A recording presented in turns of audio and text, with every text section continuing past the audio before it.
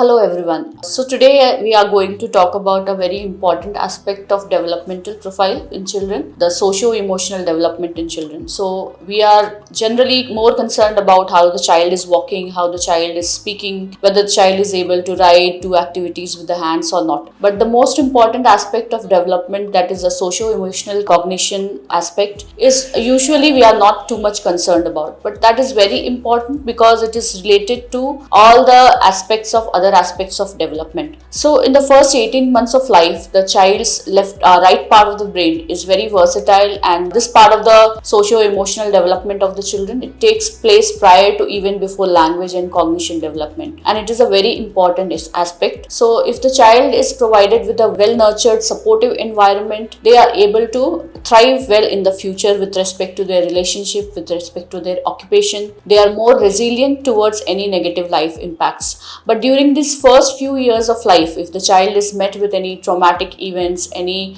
incidents, that aspects of incidents that will be able to have an adverse effect on the socio-emotional development, then the child will not be able to do so well and will need support as well. So how do we take care that our child is having a very good socio-emotional development? So first foremost thing is to understand the temperament of the child. If the child and the parent doesn't have a goodness of fit in between the temperament, then clashes can happen. One thing. Second thing is the behavior.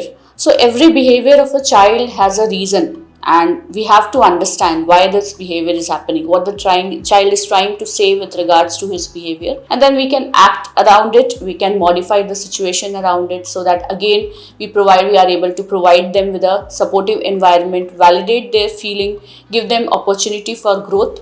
And these small aspects of the incidental teaching in life, we don't need to give a very take out times every day like that, but the incidental teaching is very important. So I think we can discuss about with the socio-emotional development more. It is a very long topic, but do take care of this very important aspect of the child's development. Thank you.